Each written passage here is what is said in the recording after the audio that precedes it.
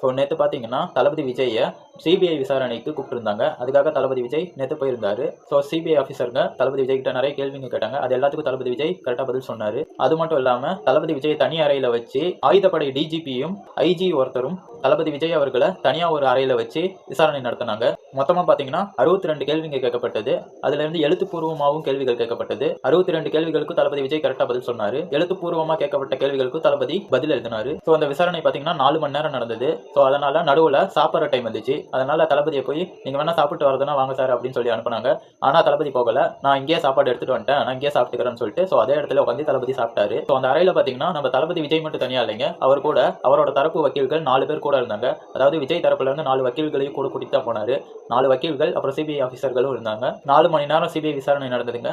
அவங்க கேட்கப்பட்ட எல்லா கேள்விக்கும் தளபதி விஜய் கரெக்டாக பதில் சொன்னார். என்ன நடக்குதுன்னு அடுத்த விசாரணையில நம்ம பார்ப்போம். ஸோ அப்புறம் ஜனநாயகன் படத்தோட சென்சார் விஷயம் என்ன ஆச்சுன்னு கேட்டிங்கன்னா, நம்ம ஆல்ரெடி சொல்லியிருந்த மாதிரி கேவிஎன் நிறுவனம் சுப்ரீம் கோர்ட்டில் இந்த வழக்கு அவசர வழக்காக எடுத்துக்கணும்னு சொல்லி மனு போட்டிருந்தாங்க. ஸோ இதுக்கு வந்து சென்சார் போர்டுலேருந்து நேற்று ஒரு மனு தாக்கல் பண்ணியிருக்காங்க. அது என்னன்னா, எங்களை கேட்காமல் எந்த உத்தரவும் பிறப்பிக்க கூடாது அப்படின்னு சொல்லி சென்சார் போர்டு ஒரு மனு தாக்கல் பண்ணியிருக்காங்க. ஸோ இப்படி பண்ணலாமான்னு கேட்டிங்கன்னா பண்ணலாம். இதை வந்து கேவியட் மனு அப்படின்னு சொல்லுவாங்க. ஸோ அந்த சிபிஐ விசாரணையில் லைட்டாக ஒரு சில விஷயங்கள் ரிலீஸ் ஆயிருக்குங்க. அது என்னன்னு கேட்டிங்கன்னா, கரூரில் விஜய் மீட்டிங் நடந்தப்ப அந்த பஸ் உள்ளே வந்துச்சு இல்லைங்களா, உள்ளே வரும்போது நடுவில் போலீஸ் நீங்கள் இங்கே நின்று பேசுங்க அப்படின்னு சொல்லியிருந்தாங்க.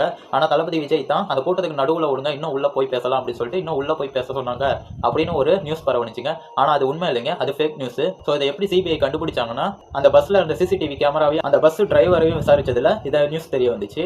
ஸோ அது ஃபேக் நியூஸுங்க, யாரும் நம்பாதீங்க. தளபதி விஜய் கிட்ட அப்படி எந்த போலீஸும் எதுவும் சொல்லவே இல்லை இங்கே நின்று பேசுங்கன்னு. ஸோ இந்த சிபிஐ விசாரணையில் உங்களுக்கு தெரிய வந்த இன்ஃபர்மேஷன் இவ்வளோ தாங்க. ஸோ இப்போ வந்து 2 விதமான வழக்குகளும் வந்துட்டு இருக்குதுங்க. அதாவது சுப்ரீம் கோர்ட்டில் ஜனநாயகன் சென்சார் பிரச்சனையும் வந்துட்டு இருக்குது, அப்புறம் கரூரில் சிபிஐ வழக்கும் போயிட்டு இருக்குது. இந்த 2 பிரச்சனையை பற்றி நம்ம தெரிஞ்சுக்கணும்னா நம்ம சேனல் சப்ஸ்கிரைப் பண்ணி வச்சுக்கோங்க. என்ன நடந்தாலும் உடனுக்குடனே நம்ம சேனலில் அப்டேட் பண்ணுறேன்.